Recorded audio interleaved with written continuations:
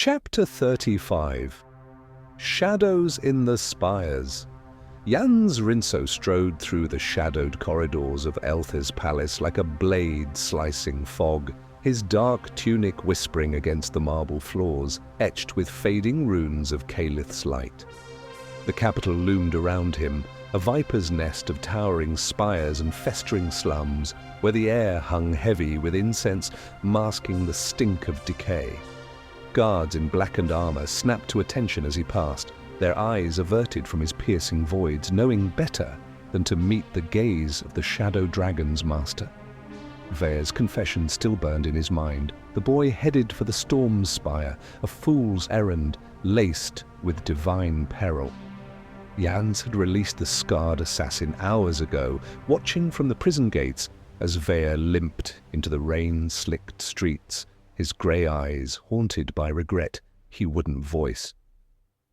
"You'll thank me later, old friend," Jans had murmured to the empty air, but doubt gnawed at him. Veyr's betrayal tasted of necessity, yet it left a sour rot in his gut. The man was a ghost of his former self, broken by the Night Veil's fall, and now Jans had sold him a hollow freedom, one that would crumble under the weight of Erindor's gods. He entered the throne room unannounced, the heavy doors groaning like a dying beast. King Elther Vailorion slouched on his obsidian throne, the star-crowned tyrant in all his gaunt splendor, his silver hair bound by a pulsing circlet of star gems that cast erratic shadows across his scarred face. Flanking him were his serpents, Vorin Thal, the High Wizard, a wild bearded giant of 60 with a hypnotic rasp that could bend wills like cheap iron, his robes reeking of alchemical fumes and ambition. And Prince Baylor, the reckless heir, lounging against a pillar with a cruel smirk, his fingers idly tracing the hilt of a blood-stained dagger fresh from some court duel that had left a noble's son gutted in the pits. The room thrummed with the distant pulse of the Starshrine, a temple south of the city where divine power festered like an open wound, drawing cultists and schemers alike. Elther's pale blue eyes fixed on Jans, paranoia glinting like ice. "Rinso," he rasped, voice of velvet venom, "you bring news of this star-scarred pest, or do I feed you to the shrine's flames?" Vorin leaned forward, his wild beard twitching with feigned concern, but Jans saw the calculation. Thal schemed for the throne, whispering of Starshrine rituals that would crown him God-King, his hypnotic gaze already probing for weakness. Baylor chuckled, low and vicious. "Father, let me hunt him. I'll carve those scars into a trophy for your wall after I make him scream." Jans bowed slightly, his movements precise as a sword stroke, masking the unease churning within. "The outsider lives, my king. He's bound for the Stormspire, seeking Zorath's mad law to flee our world." Veyr confirmed it, broke under the weight of his own ghost. He omitted the details of their friendship, the shared scars from war monk days when blades had been prayers and blood a sacrament. Elther's face twisted, ambition warring with fear. He saw enemies in every flicker, and this boy threatened his grip on the Starshrine's power, a force that could elevate him to divinity or drag him to Vaughn's void. "Mobilize your Shadow Dragon assassins," Elther commanded, his gnarled hands clenching rings of bone. "Bring me his head, or his living flesh if the gods demand it. Fail, and your guild joins the pyres." Vorin's eyes gleamed, his voice a soothing rumble. "Wise, sire, the boy's scars pulse with the shrine's essence. Harness them, and we ascend." But Jans caught the wizard's sidelong glance toward Baylor, the prince's bloodthirsty grin hiding his own scandals, liaisons that bred bastards and feuds, threatening war with Krindar. Jans nodded, turning to leave, but doubt festered. Veyr's regret mirrored his own, a crack in the armor of survival.